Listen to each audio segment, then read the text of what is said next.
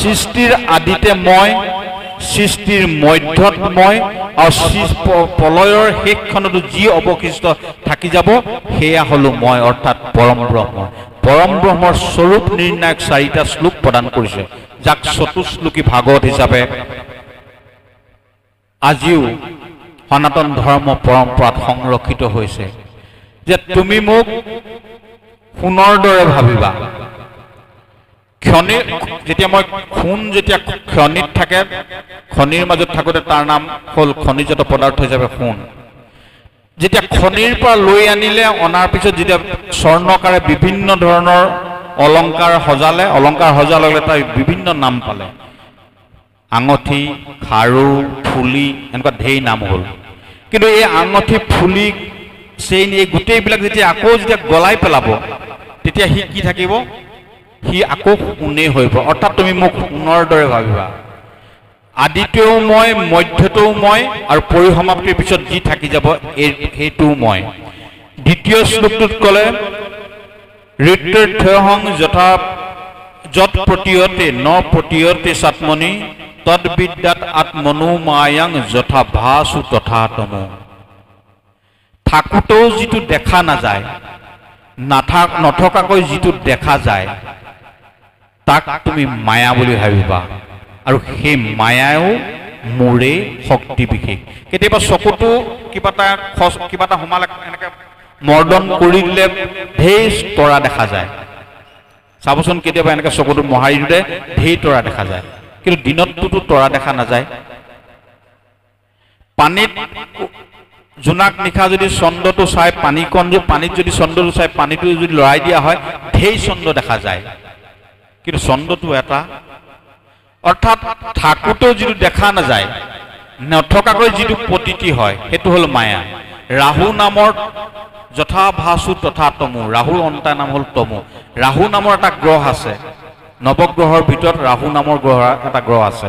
সেইটো কিন্তু আছে, থাকোঁতেও আমি দেখা নাপাওঁ। অৰ্থাৎ নথকাকৈ যিটো দেখা যায়, থাকোঁতেও যিটো দেখা নাযায়, এইটোক জানিবা মোৰ মায়া, আৰু সেই মায়াৰ স্ৰষ্টাও মই। যথা মহান্তি ভূতানি ভূতেষু বা বশেষু বনো প্ৰবিশন্ত প্ৰবিশ্বানি তথা তেষু ন তেষু অহম। যথা মহানি ভূতানি, ক্ষিতি, অপ, তেজ, মৰুদ, বোম, এই 5টা ধাতুৰে প্ৰতিটো বস্তু, 5টা তত্ত্বৰে সকলো গঠিত। পৰুৱাটোৰ পৰা তিমি মাছটোলৈকে এই 5টা তত্ত্বৰে গঠিত। পঞ্চতত্ত্বৰ মাজতো মই বিৰাজমান, আৰু মই সুকীয়াকৈও বিৰাজমান। মই পঞ্চতত্ত্বৰ মাজত ময়ে আছো। পৰম ব্ৰহ্ম এক সত্তাই আছে, কিন্তু ভগৱান সুকীয়াকৈও আছে। গতিকে এইটো মোৰ তুমি স্বৰূপ জানিবা, আৰু এই সমগ্ৰ কথাৰ তুমি অন্বয় কৰিবা বিদ্যুৎ মঞ্জুলিৰ মাজত। পদ ভাগৱত তাত লিখিছে, জগতৰ পূৰ্বে মই মাত্ৰ থাকো জান, কাৰ্য কাৰণত কিছু নাছিলে কোৱান।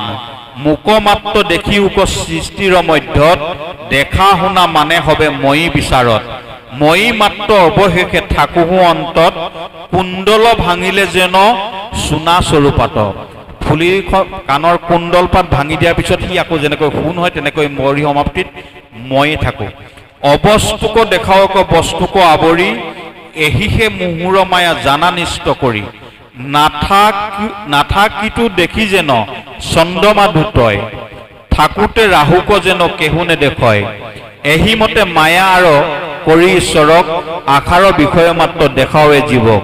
যেন মহা পঞ্চভূতে কৰি আনিবাস, স্থাৱৰ জংগম সদা কৰয় প্ৰকাশ। ময়ো সেহি মতে আছো জগতকে ব্যাপী, তাৰ দুখ গুণে মোক নুচুৱে তথাপি।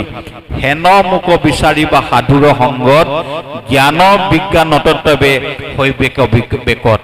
এই পৰম তত্ত্ব সত্য কেৱল জ্ঞান আৰু বিজ্ঞানযুক্ত। ইয়াক কেৱল তৰ্কৰ দ্বাৰা প্ৰতিপন্ন কৰিব নোৱাৰে। এটা নিষ্ঠা আৰু এটা ভক্তি আৰু এটা আস্থাপূৰ্ণ হৃদয়লৈ যদি বিচাৰ কৰা যায়, তেতিয়াহ'লে তাক স্বৰূপাৰ্থত উপলব্ধি কৰিব। অৰ্থাৎ পৰম ব্ৰহ্মৰ স্বৰূপ নিৰ্ণায়ক এটা 4টা শ্লোক প্ৰথম ব্ৰহ্মাদেৱক প্ৰদান কৰিলে পৰম ব্ৰহ্মই। কৰাৰ পিছত তেখেতক সংসাৰ ধৰ্ম পালন কৰিবলৈ নিৰ্দেশ দিলে। এটা কথা ভাবি চাওক, মই প্ৰথমতে কৈছিলোঁ, যিসকল নতুনকৈ নৱদম্পতীয়ে বৈবাহিক জীৱনেৰে সংসাৰত ভৰি দিছে, সেইসকলৰ যোগেদি এখন সমাজ গঢ় লয়। আৰু সেই সমাজৰ মূল কাণ্ডাৰীসকলে মাজত যদি ভাগৱত ধৰ্ম নাথাকে, তাৰ পৰা যি সৃষ্টি হ'ব সি সদায় সমাজৰ হিতৰ বাবে হ'ব, এনে কথা নহয়। অৰ্থাৎ প্ৰথম পৰম ব্ৰহ্মই শৰণ দিয়াৰ পিছতে পদ্মকল্পত 10,000 বছৰ তপস্যা কৰাৰ অন্তত চতুশ্লোকী ভাগৱত দিছে। আমাৰ সেইকাৰণে আজিও সত্ৰীয়া পৰম্পৰাত এটা নিয়ম আছে যে বিবাহৰ পূৰ্বে গুৰুমুখী হোৱা বা শৰণ লোৱা হোৱা। অৰ্থাৎ আমি পদ্যসকলে 1ৰ পৰা 2 হ'লো, 2ৰ পৰা 3-4 হ'লো। আমি একেটা ব্ৰহ্মাৰ ধৰ্মই পালন কৰি আছো। একোহং বহুচাম বহুব। মই 1 আছিলো, মই পত্নী বিবাহ কৰাই আনিলো, 2 হ'লো, তাৰপিছত সতী সন্ততি হ'ল 3-4 হ'ল। মই 1ৰ পৰা অনেক হোৱাৰ এটা বিলাস কৰিলো, যিটো ব্ৰহ্মাদেৱৰ যোগেদি সাধিত হৈছে। সেইকাৰণে আজিও সনাতন ধৰ্ম পৰম্পৰাত বিবাহৰ পূৰ্বে শৰণ লোৱাৰ এটা পৰম্পৰা আছে। শৰণ যদি লোৱা হয়, শৰণৰ যোগেদি আমি এটা উত্তৰিত জীৱনৰ সোৱাদ পাম। কৃষ্ণ বস্তু কি, দৈনন্দিন জীৱনত কেনেভাৱে আমি চলিব লাগে, কেনেধৰণে প্ৰতিটো বস্তু আমি খাওঁতে উঠোতে বহুতে কেনেধৰণে হৰিক স্মৰণ কৰিব লাগে, এইখিনি কথাই আমাক এটা আশ্ৰিত জীৱনৰ সন্ধান দিয়ে। আৰু এই আশ্ৰিত জীৱনটো পাই ক্ৰমান্বয়ে পোখা মেলি মেলি মেলি মেলি দেখিব ভাতৃ বয়সত একোজন পৈণ্যত সনাতন পৰম্পৰাৰ সাৰ্থক প্ৰতিনিধি হিচাপে হৈছে। আৰু তেখেতলোকৰ যোগেদি যিসকল সন্তান আহিব, সেইখিনি তেনে সন্তানখিনি সমাজ জীৱনৰ বাবে আশীৰ্বাদ স্বৰূপে আহিব।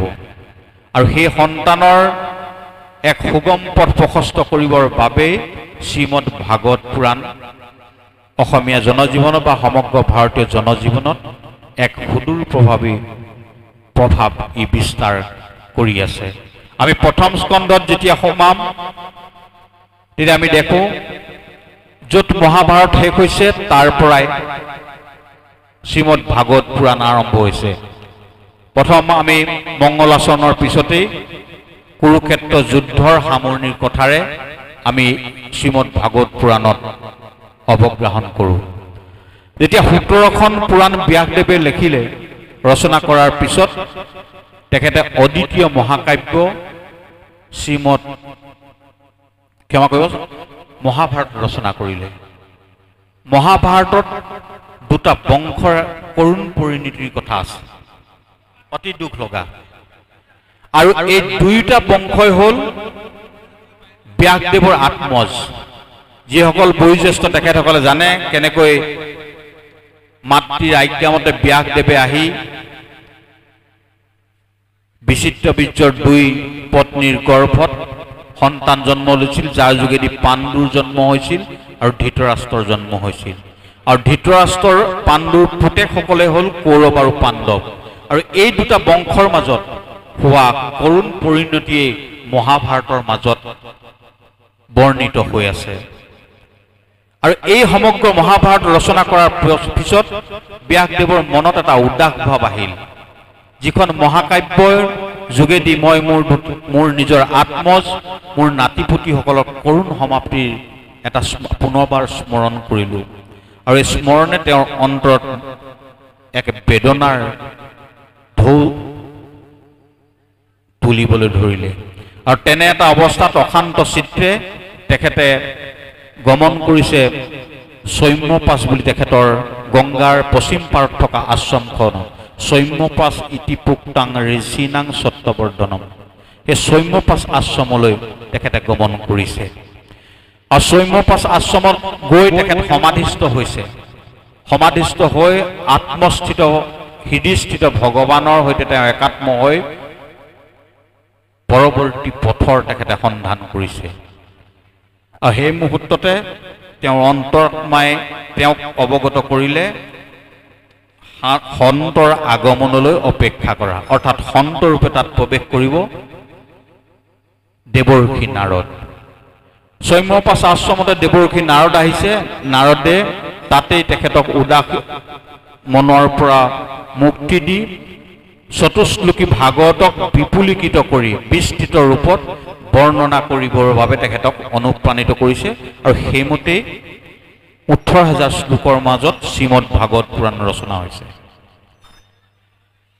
কিন্তু ইয়াৰ প্ৰথম স্কন্ধৰ প্ৰথমতেই আৰম্ভ হৈছে ভাগৱত ধৰ্মৰ এটা অভূতপূৰ্ব ঘটনাৰে। সমগ্ৰ ভাগৱতখনৰ ক'তো আপুনি নাপায় যে ৰাতিপুৱা ইমান বজাত উঠি ইমানবাৰ ভগৱানৰ নাম ল'লে, দুপৰীয়া ইমানবাৰ নাম ল'লে, সন্ধ্যা ইমানবাৰ নাম ল'লে, এনেদৰে এটা জীৱনচৰ্যা পৰিচালিত কৰিলে ভাগৱত ধৰ্ম সিদ্ধ হ'ব, এনেধৰণৰ কোনো কৰ্ম ইয়াৰ পাছত নাপায়। ব্যৱহাৰিক জীৱন যাত্ৰাৰ মাজত প্ৰতিটো কামৰ মাজত ইশ বুদ্ধিতাই যুক্ত হৈ চিত্তক যদি একাগ্ৰ চিত্তে কৰ্মৰ ফলৰ পৰা আঁতৰাই ঈশ্বৰত সমৰ্পণযুক্ততাই যদি কাম কৰিব পাৰে, প্ৰতিদিনে কৰা ব্যৱহাৰিক কৰ্মৰ মাজেদিয়ে ভাগৱত ধৰ্ম সাধিত হ'ব। প্ৰথম ভাগৱত ধৰ্ম কৰিছে ইয়াত দ্ৰৌপদীয়ে প্ৰথম স্কন্ধত। ইতিমধ্যে কুৰুক্ষেত্ৰ যুদ্ধৰ সামৰণি হ'ল। মহাপ্ৰভু শ্ৰীকৃষ্ণদেৱ দ্বাৰকাৰ পৰা আহি হস্তিনাপুৰত থকা দীৰ্ঘদিন হ'ল। মহাপ্ৰভু শ্ৰীকৃষ্ণদেৱ দ্বাৰকালৈ প্ৰত্যাগমন কৰিবলৈ উদ্যত হৈছে। যুধিষ্ঠিৰে আহিছে, যুধিষ্ঠিৰৰ ইচ্ছা মহাপ্ৰভু আৰু কিছুদিন হস্তিনাতে থাকক, কিন্তু মহাপ্ৰভুক যাত্ৰা ৰখাবৰ বাবে যুধিষ্ঠিৰৰ ওচৰত ভাষা নাই আৰু যুধিষ্ঠিৰে মাতৃ কুন্তীক কৰিছে যে পাৰে যদি আপুনি মহাপ্ৰভুক কিছুদিন ৰাখক। এনেদৰে কথা হৈ থাকোঁতেই হ্ৰদৰ পাৰত উৰুভংগ হৈ পৰি থকা দুৰ্যোধনৰ কাষলৈ গৈছে তেওঁৰ প্ৰিয় মিত্ৰ অশ্বত্থামা। অশ্বত্থামাক গৈ কৈছে যে কুৰুক্ষেত্ৰ যুদ্ধত সামান্য এটা সন্দেহত তুমি তোমাৰ মোৰ মাজত থকা মধুৰ বন্ধুত্বৰ সম্পৰ্কক পৰিহাস কৰি তুমি মোক যুদ্ধৰ পৰা আঁতৰাই ৰাখিলা আৰু যাৰ বাবে আজি তোমাৰ এই পৰিণতি। কিন্তু আজিও মোৰ বন্ধু হিচাপে তুমি পৰম সুখী হিচাপে আজিও মই মোৰ অন্তৰাত্মাৰ পৰা কৈছোঁ যে এই মুহূৰ্তত তুমি এনে এটা কথা কোৱা যিটো কাম কৰিলে তোমাৰ প্ৰীতি সাধন হ'ব আৰু বন্ধু হিচাপে সেই কৰ্ম কৰিবলৈ মই প্ৰস্তুত।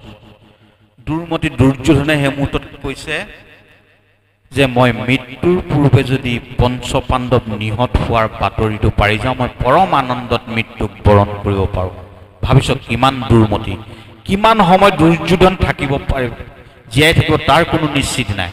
সেই মুহূৰ্তটো দুৰ্যোধনে কামনা কৰিছে কি, মই মৃত্যুৰ পূৰ্বে পাণ্ডৱ নিশেষৰ বাৰ্তা পালেই এই পৃথিৱীত মই সমস্ত পোৱা হ'ব। আৰু সেই মুহূৰ্তত গুৰুপুত্ৰ অশ্বত্থামাই বন্ধুৰ প্ৰীতিৰ বাবে সংকল্প ল'লে পঞ্চপাণ্ডৱক নিশেষ কৰা। পঞ্চপাণ্ডৱকটো সন্মুখ সমৰত নোৱাৰে, গতিকে কেতিয়া কৰিব, ৰাতি শুই থকাৰ অৱস্থাত হত্যা কৰিব লাগিব। ইতিমধ্যে প্ৰভু সেই মুহূৰ্তলৈকে তাত আছেই। প্ৰভুৱে দুৰ্মতি অশ্বত্থামাৰ সকলো মনো কথা গম পায়।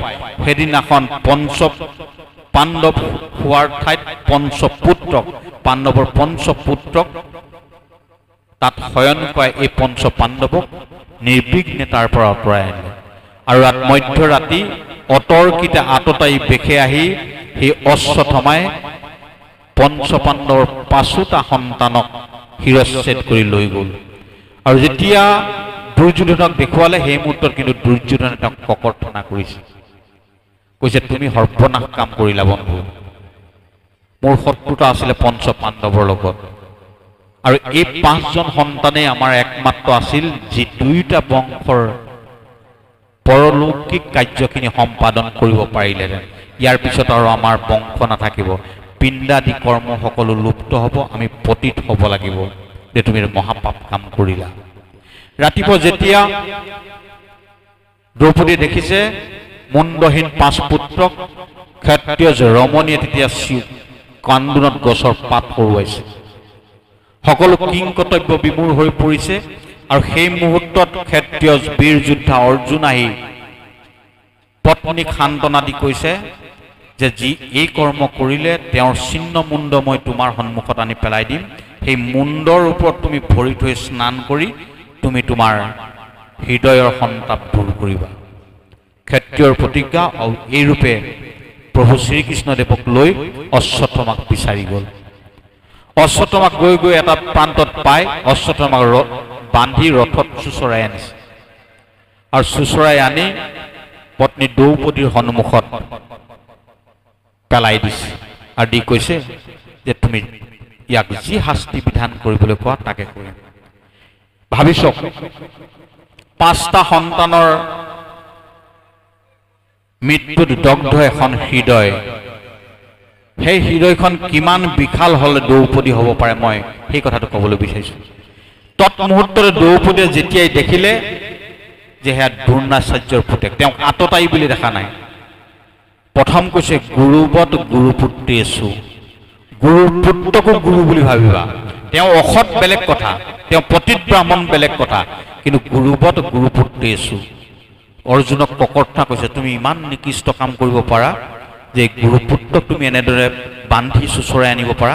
আৰু লগালগ ক্ষমা ভিক্ষা মাগি দ্ৰৌপদীয়ে তেওঁক ৰজুমুক্ত কৰিছে। এয়া প্ৰথম ভাগৱত ধৰ্ম, গুৰুবত গুৰুপুত্ৰেষু। দ্বিতীয়তে ক'লে তেওঁ ব্ৰাহ্মণ, গতিকে সেই ব্ৰাহ্মণক তুমি এনেধৰণে নিৰ্যাতন দিব নোৱাৰা। এইদৰে কথা পাতি থাকোঁতে ভীমে কৈছে, নহয়, ই ৰাতি শুই থাকোঁতে আততায়ী বধত পাপ নাই। ৰাতি শুই থাকোঁতে অতৰ্কিতে গৃহত অগ্নি সংযোগ কৰা, এইবিলাক আততায়ী বুলি কোৱা হয়। আততায়ী বধত কোনো ধৰণৰ পাপ নাই, ইয়াক বধ কৰিব লাগে। আৰু সেই মুহূৰ্তত নকুল সহদেৱে ভীমৰ কথাত হয়ভৰ দিছে আৰু সেই মুহূৰ্তত কাষ চাপি আহি যুধিষ্ঠিৰে মহাপ্ৰভুৰ পৰা সমিধান বিচাৰিছে যে কি কৰা উচিত। জীৱনৰ জটিল ক্ষণত সদায় গুৰু বা জ্যেষ্ঠজনৰ পৰামৰ্শ ল'ব লাগে। আৰু সেইমতেই যুধিষ্ঠিৰে আহি মহাপ্ৰভু শ্ৰীকৃষ্ণদেৱক কৈছে। শ্ৰীকৃষ্ণদেৱে তেতিয়া কৈছে, ব্ৰাহ্মণ পতিত হলেও অবৈধ, তেওঁ পতিত ব্ৰাহ্মণ, কিন্তু তেওঁক বধ কৰিব নোৱাৰিবা আৰু আততায়ীক তুমি ক্ষমাও কৰিব নোৱাৰিবা। এফালে কৈছে এৰিব নোৱাৰিবা আৰু ইফালে কৈছে ধৰিব নোৱাৰিবা। ব্ৰাহ্মণ পতিত হলেও অবৈধ আৰু আততায়ীক তুমি ক্ষমাও কৰিব নোৱাৰা। এই দুটাৰ মাজত থাকি তুমি তেওঁক দণ্ড দিয়া। আৰু তেতিয়া তেওঁক মুণ্ডন কৰাই তেওঁৰ শিৰৰ যিটো মণি কাটি তেওঁক দেশান্তৰিত কৰিছে। এজন প্ৰতিষ্ঠিত ব্যক্তিক তেখেতৰ পদৰ পৰা নমাই দিয়াটো তেওঁৰ মৃত্যুৰ তুল্য। এজন প্ৰতিষ্ঠিত ব্যক্তিক তেখেতৰ পদৰ পৰা অপসাৰণ কৰা তেখেতৰ মৃত্যুৰ তুল্য সমান শাস্তি। আৰু এই শাস্তি প্ৰদান কৰি অশ্বত্থামাক তাৰ পৰা বিদায় দিছে। ইয়াৰ পিছতে প্ৰভুৱে যাবলৈ পূৰ্ণ প্ৰস্তুতি চলালে, দ্বাৰকালৈ যাব। আৰু দ্বাৰকালৈ যোৱাৰ সময়ত সেই মুহূৰ্তত এটা ঘটনা ঘটিছে। এই যে মণি কাটি তেওঁক নিৰ্বাসন দিয়া হ'ল, এটা ক্ৰোধান্ধ বাঘৰ দৰে অশ্বত্থামাই পাণ্ডৱৰ অকল্যাণ কামনা কৰি চিন্তাত বিভোৰ হৈ থাকিল।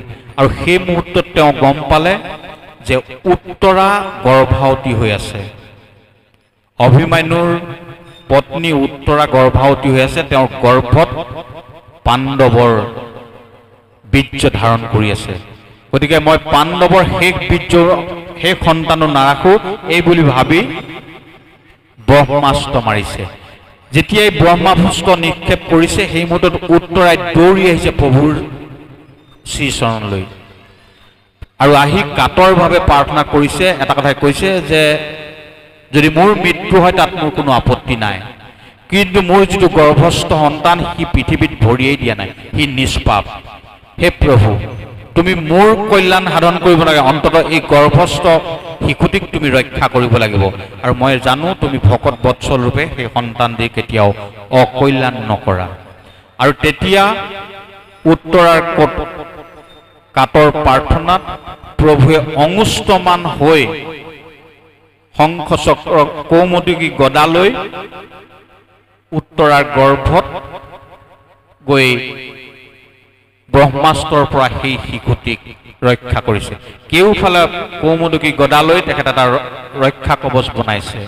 ইতিমধ্যে সন্তানটি 9 মাহ চোঁ হৈছে, অৰ্থাৎ 5 মাহত পঞ্চমীত খোৱাৰ পিছৰ পৰাই তেওঁৰ মাজত জীৱ সঞ্চাৰ হ'ল, যে পৃথিৱীলৈ আহোঁ আহোঁ কৰি থকা এটি সন্তান। এই সন্তানটো ভাবি চাব, আচৰিত সন্তান। যি গৰ্ভত ভগৱানক দৰ্শন কৰিছে আৰু ভগৱানে তেওঁক গৰ্ভতে ৰক্ষা কৱচ সৃষ্টি কৰি তেওঁক ৰক্ষা কৰিছে আৰু তাৰ পিছতে যেতিয়া গৰ্ভ ৰক্ষা কৰাৰ পিছত প্ৰভুৱে কুন্তীৰ সমন্বিতে সমগ্ৰ পাণ্ডৱ কুলক লৈ 54 দিন কুৰুক্ষেত্ৰ প্ৰান্তত অপেক্ষা কৰি থকা ভীষ্ম পিতামহৰ কাষলৈ গৈছে। ভাবি চাওক, প্ৰথম ভাগত ধৰ্ম কৰিছে দ্ৰৌপদীয়ে গুৰু আৰু ব্ৰাহ্মণৰ মৰ্যাদা ৰক্ষা কৰি, আনে যিটো আঘাত পায় একে আঘাত ময়ো পাওঁ, মোৰ 5টা পুত্ৰ নাই হয়, কিন্তু মোৰ পঞ্চস্বামী আজিও জীৱিত। কিন্তু যি অশ্বত্থামাৰ পিতৃক ইতিমধ্যে বধ কৰা হৈছে দ্ৰোণাচাৰ্য, সেই দ্ৰোণাচাৰ্য পত্নী কৃপিয়ে দ্ৰোণাচাৰ্যৰ মৃত্যুৰ লগে লগে সতীত যাব লাগিছিল, অৰ্থাৎ দ্ৰোণাচাৰ্য চিতাত উঠি পতিৰ অনুগমন কৰিব লাগিছিল, কিন্তু তেওঁ একমাত্ৰ ৰৈ থাকিল পুত্ৰৰ মুখ দৰ্শন কৰি। আজি যদি সেই অশ্বত্থামাক হত্যা কৰা হয় তেতিয়াহ'লে সেই গুৰু মাতৃক কি কষ্ট হ'ব, সেই গুৰু মাতৃকো বধ কৰাৰ দৰে হ'ব। এই যিটো সহমৰ্মিতা, এইটো হ'ল ভাগৱত ধৰ্ম।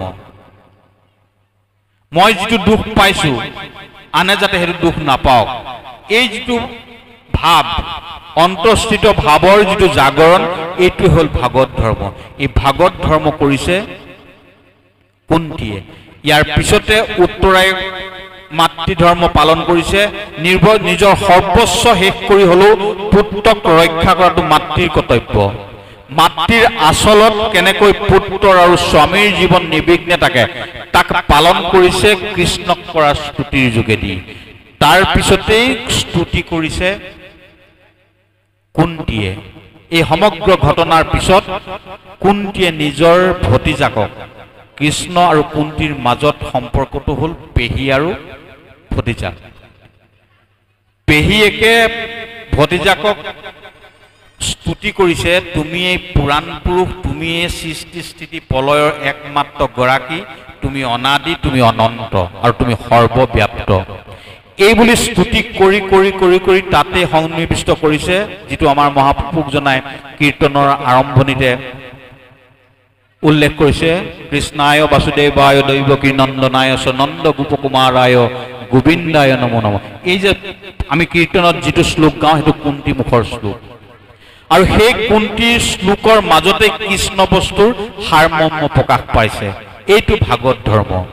তাৰপিছতে মহাপ্ৰভুৱে সকলোকে লৈ ভীষ্মৰ মুক্তিৰ বাবে কুৰুক্ষেত্ৰৰ ৰণস্থলীলৈ গমন কৰিছে, আৰু কুৰুক্ষেত্ৰৰ ৰণস্থলীত গৈ মহাপ্ৰভু শ্ৰীকৃষ্ণদেৱে বিনীতভাৱে ভীষ্ম পিতামহক কৈছে যে পাণ্ডৱৰ উত্তৰিত জীৱন যাত্ৰাৰ বাবে, ভাৰতৰ মহৎ ভৱিষ্যতৰ বাবে আপুনি যুধিষ্ঠিৰক ৰাজধৰ্ম, স্ত্ৰী ধৰ্ম, দান ধৰ্ম, মুখ্য ধৰ্ম, এই 4টা বিষয়ত জ্ঞান দিয়ক।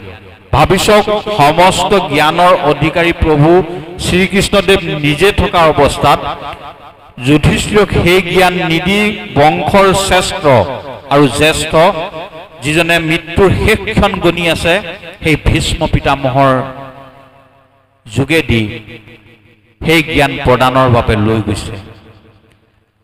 উদ্দেশ্য তাত দুটা।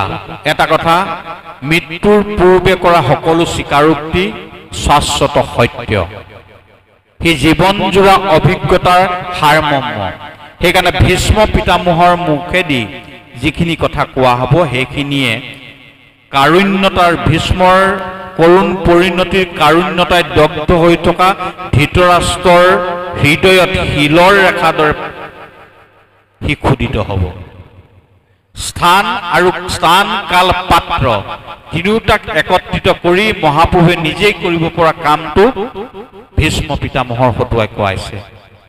আৰু ভাবি চাওক, ভীষ্ম পিতামহে জীৱনৰ শেষক্ষণতো, শৰীৰৰ সমগ্ৰ তেজ গৈ নিশেষ হোৱাৰ পিছতো সমৃদ্ধ ৰাষ্ট্ৰৰ প্ৰতি কৰা প্ৰতিজ্ঞাক শেষ ৰক্ষা হিচাপে যুধিষ্ঠিৰৰ যোগেদি উত্তৰিত ভাৰতৰ বাবে আমাৰ বাবে দান ধৰ্ম, স্ত্ৰী ধৰ্ম, মোক্ষ ধৰ্ম আৰু ৰাজধৰ্ম এই চাৰিটা বিষয়ত জ্ঞান দিছে। অৰ্থাৎ ভাগৱত ধৰ্ম হ'ল সেইটো পৰিমাৰ্জিত জীৱনবোধেৰে সমাজ আৰু ৰাষ্ট্ৰক উত্তৰিত এটা জীৱন দান কৰিব পৰাটোহে ভাগৱত ধৰ্ম। মই জীয়াই আছো জীৱনৰ এটা পৰিব্যাপ্তিৰ মাজেদি মই খাই বৈ জীয়াই আছো, এইটো জীৱন নহয়। যিটো জীৱনে 10 জনৰ উত্তৰিত জীৱনৰ এটা সন্ধান দিব পাৰে, সেই জীৱনে ভাগৱত ধৰ্মৰ দ্বাৰা স্বীকৃত ধৰ্ম জীৱন। সেইবাবে কৰ্তব্য নিষ্ঠাৰ ঊৰ্ধ্বত জীৱৰ কোনো স্থিতি নাই, যাৰ বাবে ভীষ্ম পিতামহে জীৱনৰ শেষ ক্ষণত এই চাৰিটা বিষয়ত জ্ঞান দিয়াৰ পিছত প্ৰভুলৈ চাই হাঁহি পেলাই কৈছে যে হে প্ৰভু, আপুনি আহোঁতে আপোনাৰ ইচ্ছাই আহিছিল, কিন্তু যাওঁতে আপুনি মোৰ ইচ্ছামতে যাব লাগিব। মই মোৰ মৃত্যুক মহামৃত্যুলৈ পৰ্যবেক্ষিত কৰিবৰ বাবে 54 দিনকৈ আপোনাৰ অধীৰ আগ্ৰহে অপেক্ষা কৰি আছো। আপুনি আহিব, এই দৃঢ় সংকল্পবোধ হৃদয়ত লৈ শৰীৰৰ সমগ্ৰ যান্ত্ৰণা মই পাহৰি আছো, আৰু আজি সেই মহেন্দ্ৰ ক্ষণ সমাগত হ'ল। আপুনি মোৰ কথা ৰাখি মোৰ এই স্থানত উপবিষ্ট হ'ল, আৰু মই যেতিয়ালৈকে এই পৃথিৱীৰ পৰা নাযাওঁ তেতিয়ালৈকে আপুনি মোৰ সন্মুখত পূৰ্ণ অৱয়ৱে স্থিত হৈ থাকক, এই মোৰ শেষ অনুৰোধ। আৰু এই বুলি ভীষ্মই মহাপ্ৰভুৰ স্তুতি কৰিব লাগিছিল। প্ৰথমে কৈছে, এই মুহূৰ্ততে মোৰ মতিৰূপী কন্যাজনীক আপোনাৰ পাদপদ্মত সমৰ্পণ কৰিছো। তাৰমানে মোৰ মতি পূৰ্বে কলুষিত হৈ আছিল, দুৰ্যোধনৰ অন্নৰে মই তেজ সঞ্চয় কৰিছিলো।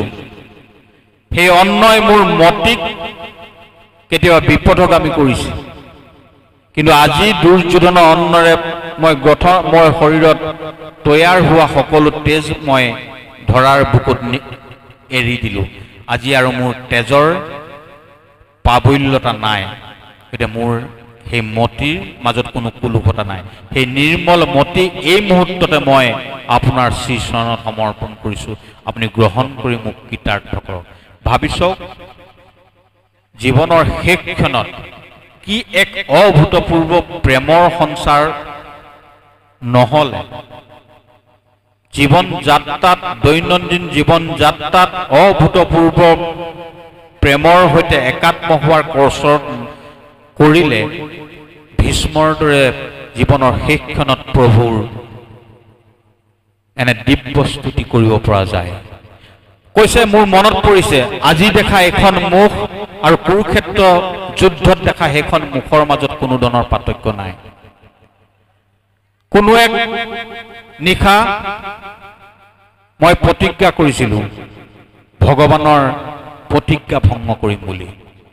আপুনি প্ৰতিজ্ঞা কৰিছিল যে মই কুৰুক্ষেত্ৰ যুদ্ধত অস্ত্ৰ নধৰো, আৰু কোনো এক যুদ্ধ প্ৰান্তৰ পৰা প্ৰত্যাগমন কৰাৰ পিছত দুৰ্যোধনে শিবিৰত মোক ককৰ্থনা কৰিছিল যে পঞ্চ পাণ্ডৱৰ প্ৰতি থকা মোৰ নিৰন্তৰ ব্যথাই পঞ্চ পাণ্ডৱক নিশেষ কৰাত প্ৰতিবন্ধক হৈছে, আৰু সেই কলংক নাশ কৰিবৰ বাবে কুৰুক্ষেত্ৰ ভাৰত যুদ্ধৰ সেনাপতি হিচাপে সেইদিনা মই 5 পাত কাঁড় চয়ন কৰিছিলো। দুৰ্যোধনে কৰা উত্তেজনাৰ বশৱৰ্তী হৈ মই 5 পাত কাঁড় চয়ন কৰিছিলো, কাইলৈ যুদ্ধত পঞ্চ পাণ্ডৱক মই নিশেষ কৰিম, দুৰ্যোধনক প্ৰতিশ্ৰুতিও দিছিলো। কিন্তু যি মুহূৰ্ততে দুৰ্যোধনৰ প্ৰত্যাগমন হ'ল, সেই মুহূৰ্ততে মোৰ হৃদয় দুৰু দুৰু কঁপিব লাগিছিল।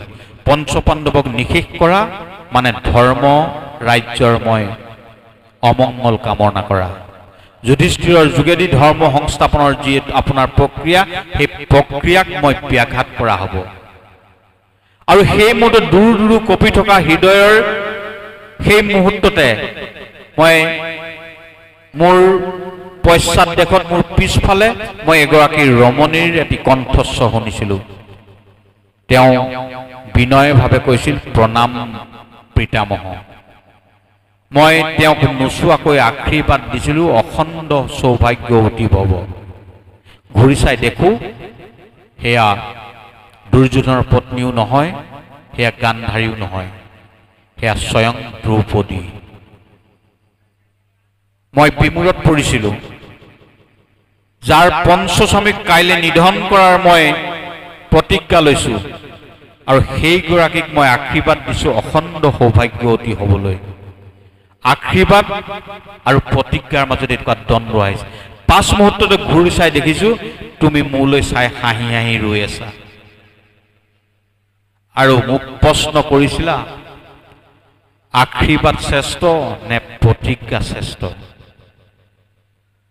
আৰু মই সেই মুহূৰ্ততে মই অনুভৱ কৰিছিলোঁ ধৰ্ম ৰাজ্য প্ৰতিষ্ঠাৰ তোমাৰ সংকল্পৰ যদি পৰিপন্থী হওঁ, মোৰ দৰে হাজাৰটা ভীষ্ময়ী পাণ্ডৱৰ ক্ষতি কৰিব নাই। এই কথা জানি মই আশ্বস্ত হৈছিলোঁ, আৰু মই নিৰ্বিঘ্নে তোমাক উত্তৰ দিছিলোঁ জীয়াই থাকিলে প্ৰতিজ্ঞা শ্ৰেষ্ঠ ক্ষত্ৰিয়ৰ। আশীৰ্বাদ সদা সৰ্বদা শ্ৰেষ্ঠ, কিন্তু ক্ষত্ৰিয়ৰ জীয়াই থকাৰ অৱস্থাত প্ৰতিজ্ঞা শ্ৰেষ্ঠ। আৰু মই নিৰ্বিঘ্নে তাৰ পৰা পলাই প্ৰত্যাগমন কৰিছোঁ। আৰু সেইদিনাখনেই পঞ্চস্বামীৰ জীৱন দান তুমি কৰিলা। পঞ্চস্বামীৰ জীৱন দান লৈ গুচি গ'ল দ্ৰৌপদীয়ে। পিছদিনাখন যেতিয়া যুদ্ধত মই দেখিছিলোঁ, মই মোৰ ক্ৰমান্বয়ে মহাভাৰতৰ যুদ্ধৰ মই পৰিসমাপ্তিৰ ক্ষণগণি মই যেতিয়া তোমাক উত্তেজিত কৰিবলৈ চাইছোঁ, তুমি উত্তেজিত হোৱা নাছিলা। মই বাৰম্বাৰ মোৰ ধনুৰ পৰা নিৰ্গত কাঁড়ে অৰ্জুনক বিব্ৰত কৰি তুলিছিলোঁ। অৰ্জুনৰ কিৰীটি কাটি দিছিলোঁ, ধ্বজা কাটি দিছিলোঁ, অৰ্জুনৰ ৰথৰ চকা ভাঙি দিছিলোঁ।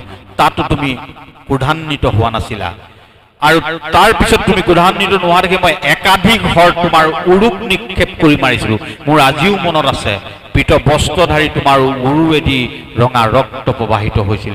তেতিয়াও তুমি ক্ৰোধান্বিত হোৱা নাছিল।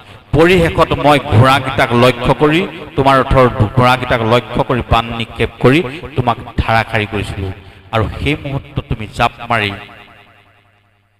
ৰথৰ পৰা নামি আহি ৰথৰ চকাটো মোলৈ দাঙি লৈছিলা, আৰু ময়ো লগে লগে নতজানু হৈ তোমাক অভিবাদন জনাইছিলোঁ। মই প্ৰতিজ্ঞা কৰিছিলোঁ ভগৱানৰ প্ৰতিজ্ঞা ভংগ কৰিম, আৰু তুমি ভক্তৰ প্ৰতিজ্ঞা ৰক্ষা কৰিবৰ বাবে নিজৰ প্ৰতিজ্ঞা ভংগ কৰি ৰথৰ চক্ৰ ধৰি মোলৈ খেদি আহিছিলা। আৰু সেই মুহূৰ্তত তোমাৰ উত্তৰ কান্ধত থকা উত্তৰীয় বস্ত্ৰখন পৃথিৱীত পৰি গৈছিলে। পৃথিৱীখন দুৰু দুৰুকৈ কঁপি উঠিছিল। মই জানো যিজনৰ উত্তৰীয় বস্ত্ৰখনে পৃথিৱীত কম্পন তুলিব পাৰে, সেইজনৰ ওচৰত মই ভীষ্ম যে ক্ষুদ্ৰ নগণ্য তাকো জানো। আৰু সেই মুহূৰ্তত দেখা সেইখন মুখ আৰু আজি দেখা এইখন মুখৰ মাজত কোনো পাৰ্থক্য নাই। তোমাৰ মই প্ৰতিটো কথাই আজি মনত পৰিছে, কিদৰে তুমি দ্বাৰকেশ্বৰ হৈও দূত ৰূপে তুমি হস্তিনাৰ ৰাজসভালৈ আহি প্ৰত্যাশিত হৈ পৰিশেষত দুৰ্যোধনে তোমালৈ ব্যৱস্থা কৰা আহাৰ গ্ৰহণ নকৰি তুমি বিদুৰৰ ঘৰত গৈ কলৰ বাকলি খাইছিলা। সেইজন পৰম ব্ৰহ্মৰ মই প্ৰতিটো কথাই মোৰ আজি মনত আছে। তোমাৰ অভাৱ, তোমাৰ প্ৰভাৱ আৰু তোমাৰ স্বভাৱ জীৱই বুজা ইমান সহজ নহয়। মই ভাবোঁ সমগ্ৰ সত্তাক সত্তাবান কৰি থকা তুমি পৰম ব্ৰহ্মই মোৰ মৃত্যুক মহামৃত্যুলৈ পৰ্যবেক্ষিত কৰিবৰ বাবে তুমি ইয়ালৈ আহিছা, আৰু একমাত্ৰ ভক্তৰ মনোবাঞ্ছা পূৰ্ণৰ বাবেই তুমি কুৰুক্ষেত্ৰ এই ৰণ প্ৰাংগণত আজিও স্মৃত সাজে অৱতীৰ্ণ হৈ আছা। এইদৰে ভগৱানৰ গুণানুকীৰ্তন মুখেৰে কৈ চকুৰে ভগৱানক দৰ্শন কৰি কৰি কৰি কৰি কৰি কৰি ভীষ্মদেৱ এই পৃথিৱীৰ পৰা গুচি গ'ল। ভাবিছক কৃষ্ণ ভক্তিৰ কি চৰম পৰাকাষ্ঠা। 54 দিন সৰসজ্জাত থকাৰ পিছতো হৃদয় বৃত্তিৰে যিজন প্ৰভুৰ চৰণান্তিকত নিত্য নতুন ৰূপে বিৰাজিত হৈ আছে, সেইজন ভীষ্ম পিতামহ ভক্ত নহয় কোন হ'ব পাৰে। আৰু তেনে জীৱন গাথাই আমাক সদায় এটা কথাই কয় যে আমি আমাৰ ব্যৱহাৰিক জীৱন যাত্ৰাত নিত্য কৰণীয় সকলো কৰ্মৰ যোগেদি একান্ত মদগত চিত্তে প্ৰভুৰ চৰণত সমৰ্পণযুক্ততাৰে যদি সমগ্ৰ পৃথিৱীখনক নিজৰ বুলি ভাবি লোৱাৰ এটা মানসিকতা ৰাখিব পাৰোঁ, তাৰ যোগেদি আমাৰ ভাগৱত ধৰ্মৰ উত্তৰিত ব্যৱস্থাটো সংৰক্ষিত হ'ব, সংবৰ্ধিত হ'ব। সনাতন পৰম্পৰাৰ 4খন গ্ৰন্থ,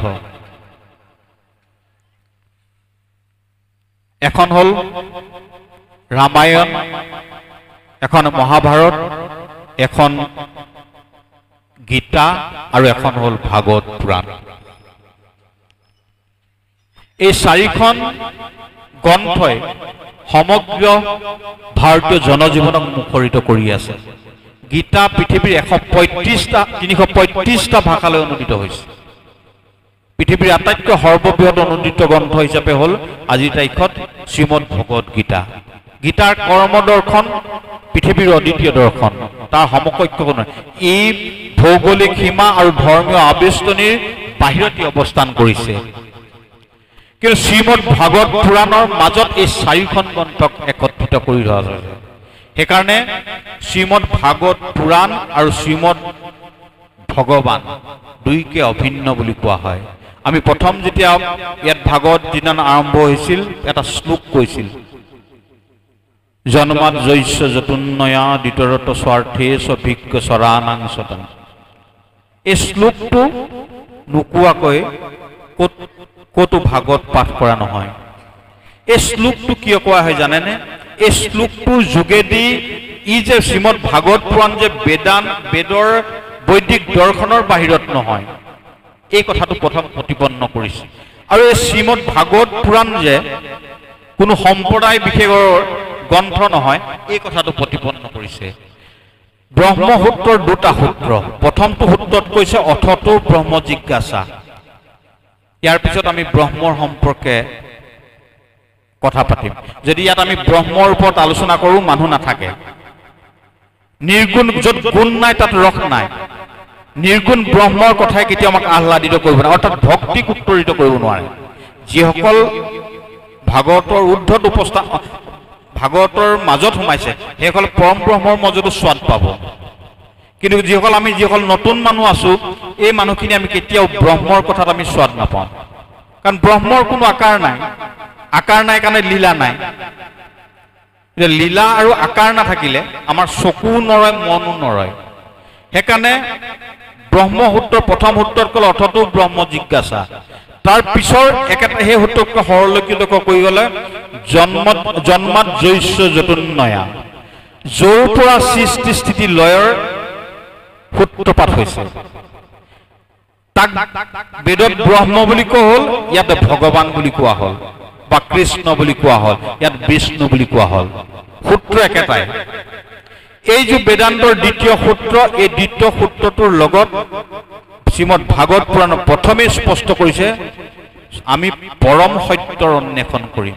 শ্ৰীমদ ভাগৱত পুৰাণৰ 12টা স্কন্ধ, 335টা অধ্যায়, 18,000 শ্লোকৰ মাজত ক'তো কোনো বিশেষ ভগৱানৰ পৃথকতা কৰা নাই।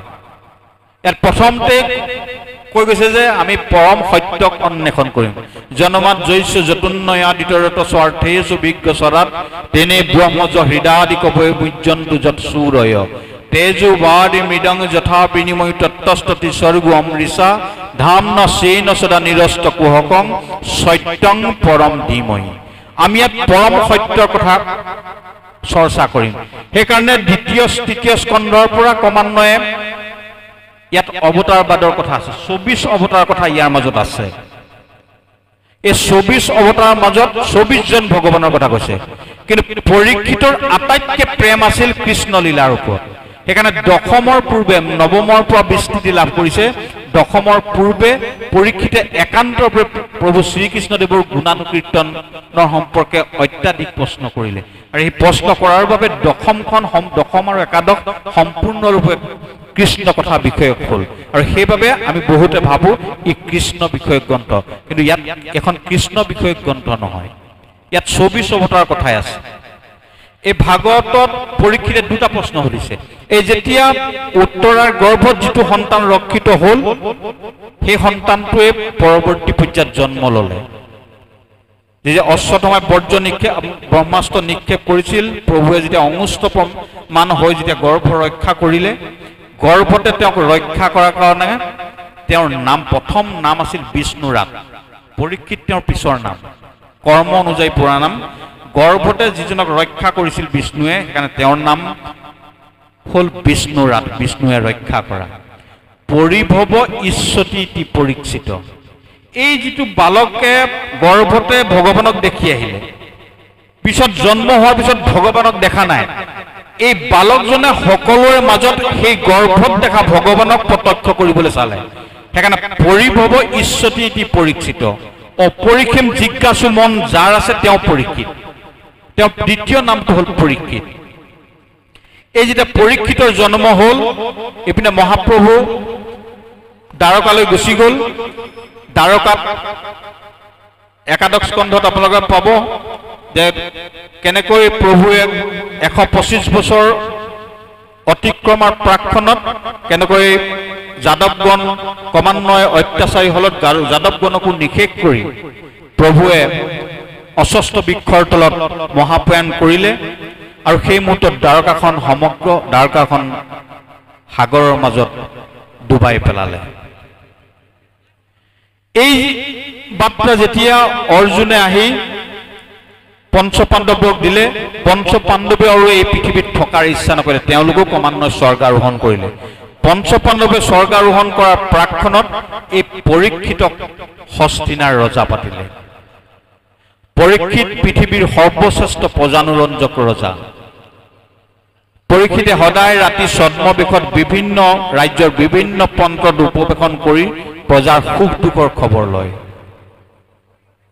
এই পৰীক্ষিতে যেতিয়া ক্ৰমান্বয়ে ৰজা হৈ বৈবাহিক জীৱন সম্পন্ন কৰি ক্ৰমান্বয়ে সন্তান আদি জন্মেজয় আদিক জন্ম দিলে, জন্ম দিয়াৰ পিছতেই কলিৰ আগমন ঘটিছে, অৰ্থাৎ দাপৰৰ শেষ হৈছে, কলিৰ আগমন ঘটিছে। কলিয়ে পৰীক্ষিতৰ ওচৰত আশ্ৰয় বিচাৰিলে। 5টা স্থানত কলিক স্থান দিলে পৰীক্ষিতে। কলিৰ যেনেকৈ বদগুণ আছে, কলিৰ তেনেকৈ মহৎ গুণো আছে। দুখ আৰু গুণৰ সমাসাৰৰ মাজত থকাৰ বাবেই কলিক পৰীক্ষিতে পঞ্চম স্থান হিচাপে স্বৰ্ণৰ মাজত কলিক এটা স্থান দিলে, পঞ্চম স্থান ৰূপে। তাৰপিছতে পৰীক্ষিতে কোনো এক ক্ষণত নিজৰ যাদুঘৰৰ মাজত বিভিন্ন বস্তু চাই থাকোঁতে তাতে এটি স্বৰ্ণৰ মুকুট দেখা পালে, যিটো স্বৰ্ণ মুকুট আছিল জৰাখণ্ডৰ। ভীমে জৰাখণ্ডক বধ কৰাৰ পিছত সেই বিজয়ৰ চিনস্বৰূপে সেই মুকুটটি হস্তিনাত সংৰক্ষিত হৈ আছিল। সেই মুকুটটো দেখাৰ লগে লগে পৰীক্ষিতৰ ধাৰণ কৰিবলৈ মন গ'ল। ধাৰণ কৰাৰ পিছতে পৰীক্ষিতে সেই মুকুট ইচ্ছা গ'ল মৃগয়াৰ বাবে। ভাবি চাওক, অৰ্জুনৰ নাতি, সুভদ্ৰাৰ নাতি, ভগৱানৰ যাৰ মাতুল বংশী, সেই ধৰ্মিষ্ঠ পৰীক্ষিতে স্বৰ্ণ মুকুট ধাৰণ কৰাৰ বাবে মৃগয়াৰ এক তৃষ্ণাই তেওঁৰ মনৰ মাজত ক্ৰিয়া কৰিলে। এই যে স্বৰ্ণ ধাৰণ কৰিলে, স্বৰ্ণতে কলি আছিল। স্বৰ্ণত কলি আছিল নাছিল পিছৰ কথা, কিন্তু প্ৰতিটোৰ বস্তুৰ এটা নিজস্ব আবেদন আছে। চাবচোন, এনেকুৱা সাত্বিক সমাজ এখনত সাত্বিক সাজ পোছাক কৰি আহি যিটো শান্তি পোৱা যায়, তাৰ বিসংগতিপূৰ্ণ এটা সাজ পোছাকে সেই শান্তিটো পোৱা নাযায়। অৰ্থাৎ স্থান অনুযায়ী দ্ৰব্যৰ বা ধাৰণ কৰা সাজ সজ্জাৰ এটা নিজস্ব আবেদন থাকে। ঠিক তেনেকৈ স্বৰ্ণৰ মুকুটটো পিন্ধি দিয়াৰ লগে লগে মৃগয়ালৈ যাত্ৰা কৰিবলৈ মন যোৱা পৰীক্ষিতে কোনো এক ক্ষণত মৃগয়া যাত্ৰা কৰি মৃগয়া ক্লান্ত হৈ ঋষিৰ তপস্বী ঋষি আশ্ৰম পালে। সিংহী মুনি সেই মুহূৰ্তত শৃংগীমুনি সেই মুহূৰ্তত তপস্যাৰত হৈ আছিল। কিন্তু চাওক পৰীক্ষিতৰ সেই মুহূৰ্তত এই চিন্তাটো নাহিল যে তপস্বী এজনে তপস্যা ভংগ কৰি বা ভংগ কৰা উচিতো নহয়, আৰু তপস্বী এজনক তপ কাৰ্যত এজন সন্ত হিচাপে এজন সাধু হিচাপে তেওঁ ব্যাঘাত জন্মনত তেওঁ উদ্দেশ্য হোৱা। কিন্তু সেই ভাৱ তেওঁ মনলৈ নাহিল। শিৰত ধাৰণ কৰি থকা মদগৰ্ভ সৰ্বস্ব ৰাজমুকুটৰ বাবে তেওঁ ভাবিলে যে মই এই ৰাজ্যৰ ৰজা, সকলো প্ৰজা মোৰ অনুগত দাস। যে দাসৰ প্ৰতি গৰাকীৰ প্ৰতি দাসৰ কি ভূমিকা হ'ব লাগে সেই ভূমিকা এই ঋষিয়ে পালন কৰা নাই। সেইবাবে ঋষিৰ কান্ধত কাষতে থকা মৰা সাপটো আঁৰি থৈ গুচি গ'ল। মৰা সাপটো আঁৰি থৈ যোৱাৰ পিছত শ্ৰমিক মুনিয়ে, সেই ঋষিৰ পুত্ৰ শ্ৰমিক মুনিয়ে এই কথা জানি পৰীক্ষিতক 7 দিনৰ ভিতৰত তক্ষকে দংশন কৰিব বুলি অভিশাপ প্ৰদান কৰিলে। ঋষিৰ অভিশাপ অব্যৰ্থ, সেই অভিশাপ ফলিয়াবই। গতিকে যেতিয়া পৰীক্ষিতে গম পালে যে 7 দিনৰ ভিতৰত তেওঁৰ মৃত্যু নিশ্চিত, তেতিয়া পৰীক্ষিতে সাংসাৰিক আৰু ৰাজকীয় সকলো পৰম্পৰা ছেদ কৰি গংগাৰ পাৰত পবিত্ৰ বেশেৰে কুশাসনত উপৱেশন কৰি পৰলৌকিক গতি নিৰ্ণয়ৰ বাবে থিয় হৈছে। আৰু সেই মুহূৰ্তত যেতিয়াই কেউফালে বিয়পি পৰিল যে পৰীক্ষিতক 7 দিনৰ ভিতৰত তক্ষকে দংশন কৰিব, পৰীক্ষিত শাপগ্ৰস্ত হ'ল, সেই কথা জানি সকলো ঋষিমুনিসকল তালৈ আহিছে। সকলোৰে ইচ্ছা পৰীক্ষিতৰ দৰে যদি এজন ৰজা এই যুগ সন্ধিক্ষণত নোহোৱা হয়, তেতিয়াহ'লে ধৰ্মৰ মৰ্যাদা নাথাকিব। ধৰ্মৰ সংৰক্ষণ আৰু সংবৰ্ধনৰ বাবে পৰীক্ষিতৰ দৰে এজন ৰজা জীয়াই থকাটো একান্ত প্ৰয়োজন। সেইবাবে সকলো ঋষিমুনি তালৈ আহিছে কিজানি সংহত প্ৰচেষ্টাৰে এই মৃত্যুক প্ৰতিহত কৰিব পৰা যায় নেকি। কিন্তু পৰীক্ষিতৰ তিলমাত্ৰও আক্ষেপ নাই মৃত্যুক লৈ। পৰীক্ষিতৰ প্ৰশ্ন এটাই যে মই পবিত্ৰ পাণ্ডৱ কুলত জন্মগ্ৰহণ কৰি এজন ঋষিক মই যথোচিত সন্মান কৰিব নোৱাৰিলোঁ। এই অপযশ মই মূৰ পাতি ল'ব লাগিব। এই অপযশ মোৰ মৃত্যুতকৈ শ্ৰেষ্ঠ। গতিকে সেইকাৰণে মই মৃত্যুৰ প্ৰতি মোৰ কোনো আক্ষেপ নাই। কিন্তু এই মৃত্যুক কেনেকৈ মহামৃত্যুলৈ পৰ্যবেক্ষিত কৰিব পাৰোঁ, তাৰহে চিন্তা পৰীক্ষিতৰ মনৰ মাজত ক্ৰিয়া কৰিবলৈ ধৰিলে। এইদৰে থাকোঁতে তাত উপস্থিত হ'ল বশিষ্ঠ, পৰাশৰ, ব্যাসদেৱ, বিশ্বামিত্ৰকে আদি কৰি সমগ্ৰ ঋষিমুনিসকল আহিছে। এইকাৰণে আহিছে পৰীক্ষিতৰ মৃত্যুক মুক্তিলৈ পৰ্যবেক্ষিত কৰিব পাৰে। কিন্তু কাৰো ওচৰত সমাধানৰ সূত্ৰ নাই, কাৰো ওচৰত সমাধানৰ সূত্ৰ নাই। আৰু এইদৰে থাকোঁতে তেতিয়া অৱধূত বেশেৰে এজন যুৱক আহিছে। কৃষ্ণ বৰ্ণ, কেঁকুৰা চুলি, প্ৰলম্বিত বাহু, ঠিক বিৱৰণটো ভাগৱতত মহাপুৰুষ শ্ৰীকৃষ্ণৰ দৰে দিছে। এজন অৱধূত পূৰ্ণ দিগম্বৰ নহয়, কৌপিনধাৰী দিগম্বৰ বেশধাৰী এজন যুৱক আহিছে। আৰু সেই যুৱকজনৰ পিছে পিছে অসংখ্য সৰু সৰু ল'ৰা ছোৱালী খিকিন্দালি কৰি আহি আছে। আৰু আহিয়ে যেতিয়া পৰীক্ষিতৰ আশ্ৰমৰ ওচৰ পালেহি, সকলো ঋষিমুনি তেতিয়া থিয় হৈ অভিবাদন জনাইছে আৰু পৰীক্ষিতক কৈছে যে তোমাৰ সাক্ষাৎ মুক্তি আহি তোমাৰ সন্মুখত থিয় হৈছে। আৰু সেইজনে হ'ল শুকদেৱ। যেতিয়া শুকদেৱ আহিলে, শুকদেৱক দেখাৰ লগে লগে দণ্ডৱতে প্ৰণাম কৰি পৰীক্ষিতে কৈছে যে আজি মই ৰাজকাৰেঙত থকা হ'লে আপোনাৰ যথোপত পাদ্যৰ ঘৰে আপোনাক সুৰসোপচাৰে পূজন কৰি মই যথোপতভাৱে আপোনাৰ সন্মান নিবেদন কৰিব পাৰিলেন। কিন্তু আজি মই দিনহীন বেশিম। কিন্তু মোৰ নিৰ্মল চিত্তে মোৰ সমগ্ৰ সত্তা আপোনাৰ শ্ৰীচৰণত অৰ্পণ কৰিছোঁ। মোৰ মৃত্যুক মহামৃত্যুলৈ পৰ্যবেক্ষিত কৰিবলৈ আপুনি আহি এই স্থানত উপবিষ্ট হৈছে। মোক মাত্ৰ দুটা প্ৰশ্ন সমাধান দিয়ক। সৰ্বক্ষণত জীৱৰ কৰণীয় কি? আসন্ন মৃত্যুৰ সময়ত মানুহে কি কৰা উচিত? শ্ৰীমদ ভাগৱত পুৰাণত পৰীক্ষিতৰ মাত্ৰ দুটা প্ৰশ্ন আছে।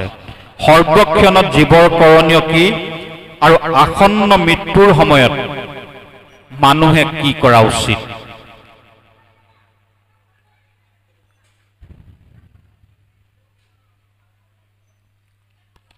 যেতিয়া পৰীক্ষিতৰ এই প্ৰশ্নটো শুনিলে তেতিয়া শুকদেৱে কৈছে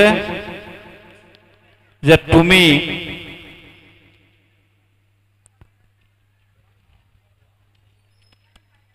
অতি শ্ৰেষ্ঠতম প্ৰশ্নটো কৰিছা। পৰীক্ষিতে কৰিব লাগিছিল কি যে মোৰ 7 দিনৰ ভিতৰত মৃত্যু নিশ্চিত, গতিকে এই মৃত্যুৰ পৰা মই কেনেকৈ পৰিত্ৰাণ পাব পাৰোঁ। কিন্তু তুমি সেই প্ৰশ্ন নকৰি তুমি প্ৰশ্ন কৰিলা সৰ্বক্ষণত জীৱৰ কৰণীয় কি, আসন্ন মৃত্যুৰ সময়ত মানুহে কি কৰা উচিত। সেই প্ৰশ্নৰ উত্তৰ দিবৰ বাবে 7 দিন 7 ৰাতি পৰীক্ষিতৰ লগত শুকদেৱে কটালে। আৰু সেই 7 দিন 7 ৰাতি যি ভাগৱত ব্যাখ্যা অনুষ্ঠান হৈছিল, শুকদেৱে কৈছিল সেই ভাগৱত শুনি আছিল উগ্ৰসভা ঋষিৰ পুত্ৰ সূতে। উগ্ৰসভা ঋষিৰ পুত্ৰ সূতে শুনি আছিল সেই ভাগৱতখন। আৰু যেতিয়া পৰীক্ষিতৰ মুক্তিৰ পিছত এই উগ্ৰসভা ঋষিৰ পুত্ৰ সূত যেতিয়া নৈমিষা অৰণ্যলৈ গৈছিল, তাত 28,000 ঋষি আছিল। তাতে শৌনককে প্ৰমুখ্য কৰি 28,000 ঋষিয়ে তাত সত্ৰ পাতি আছিল। আৰু যেতিয়া শুকদেৱ সোমাই গৈছিল, শুকদেৱক তেওঁলোকে আচাৰ্য মানি গুৰু মানি এই পৰীক্ষিত আৰু শুকদেৱৰ দ্বাৰা ব্যক্ত হোৱা ভাগৱতৰ কথা শুনিবলৈ বিচাৰিছিল। আৰু তেতিয়া শৌনক আদি ঋষিসকলে 6টা প্ৰশ্ন কৰিছিল। শ্ৰীমদ ভাগৱত পুৰাণত পৰীক্ষিতৰ 2টা প্ৰশ্ন আছে আৰু শৌনক আদি ঋষিয়ে শুতক 6টা প্ৰশ্ন সুধিছিল। কথাটো নতুন প্ৰজন্মৰ বাবে খেলি মেলি লাগিব, মই নতুন প্ৰজন্মক বুজাহে কৈছো। আদিতে 4টা শ্লোকত ব্ৰহ্মাদেৱক পৰম ব্ৰহ্মই দিছিল।